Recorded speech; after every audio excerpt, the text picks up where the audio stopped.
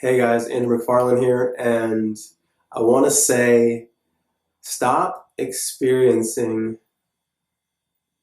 new situations with old filters. Stop seeing new circumstances through old lenses. So, what inspired me to share this? I was actually moments ago, I was just driving into where I live, and I was driving down the street and I saw this gentleman, and so I looked at him and I went to just smile at him and just to acknowledge him. And I don't know if you guys have ever experienced this, but before somebody looks at you, they already have, you can tell they have this predisposition of what they think the interaction is going to be like. And so he kind of had this scowl on his face. And I still smiled at him because in that moment, I was also so aware that he wasn't experiencing me. He was experiencing his idea of me or his idea of the situation. So he was living in the past, and I was just watching it. And so I didn't take it personally because I knew it wasn't about me. So don't experience life through your ideas about life, through your ideas about situations, your predisposed ideas about people. It's often happening to us where, because we might have had certain traumas in the past, in order to protect ourselves, we create these stories about particular situations or particular types, quote unquote, types of people. You know, let's say 5 years ago, somebody in a red shirt punched you in the face. Doesn't mean that everyone with a red shirt has a vendetta against you.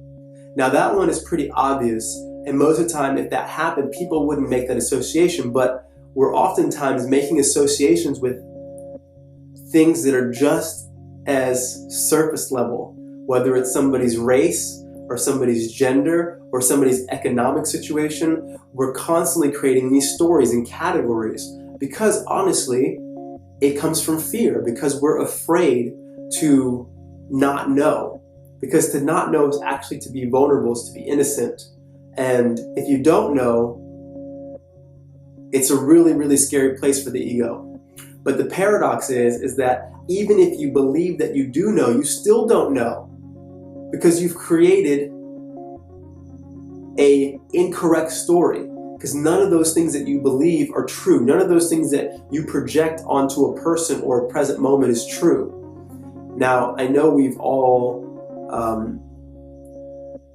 been perpetrators of this, at least for me, I know I have been perpetrators of this kinds of ignorance, and we've also been victims of this kinds of ignorance. You know, whether you've been in maybe, let's say, relationships in the past where somebody may have been out of integrity and maybe cheated on you, and then you walk into the next situation thinking that's just how men are, or that's just how women are. Men and women both go through this. And so based on your previous situation, you might be protecting yourself or projecting that, waiting for the moment that this person is going to do something that is going to hurt your feelings because you just believe that that's how all of these kinds of people are. And the truth is there's no such thing as a kind of person, right? Everyone is so unique. Every situation is so unique. Now, part of the paradox of this is that when you're projecting, like I said, you believe you know, but you really don't know because you're just living out an idea. And there's another layer of actually having discernment. Your ability to exercise the most acute and perceptive discernment comes from your capacity to release all of these ideas about what a situation or a person is. Because when you're present, you can actually see things the way that they are. Not the way that you believe that they should be. Not the way that you think that they are. Not the way that you've experienced them in the past. You actually experience it the way that it is. And in that moment, you might find, okay, something's off with this person's energy. They have issues being honest. I can't be around that. I know that in the present moment, that doesn't feel aligned. I don't feel inspired to keep going through there because we're not meeting in terms of our integrity. So, how can we remain innocent to each moment, each situation? Because we've never, every day is new, every moment is new.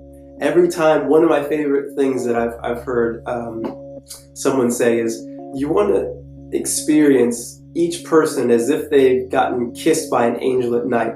And initially this was more in context of people who you may be wanting to forgive, or people who you deem enemies, or people who you deem have done something in the past. See, even when you take any amount of space from someone and you're not presently with them, they could have gone through a transformation. And guarantee people are changing. I know that for myself. Everyone around us is changing and growing. Everybody's doing the best they can. Everybody is pursuing their own kind of joy. And if they're not experiencing that and they're not giving that to you, it's because they're suffering and they don't want to be suffering. So know that no matter what the situation is, anybody that you deem has done something to you, or wherever the previous trauma is, we don't have to carry that into the future. We don't have to believe that that's going to be the case every time we experience something, but we can be present. We can see, what is this like now? What is my experience of it now? How do I respond to it now? It's the difference between, as it's been said, between reacting and responding. When you react, you're reacting from something that is not actually happening. When you respond, that comes from a listening to what is happening, and then you respond to what is happening. Okay, that's all for this moment. Sending you guys my love. This is Andrew McFarlane. If you like the video, feel free to hit the like button. If you're not subscribed to the channel and you're on YouTube, feel free to subscribe.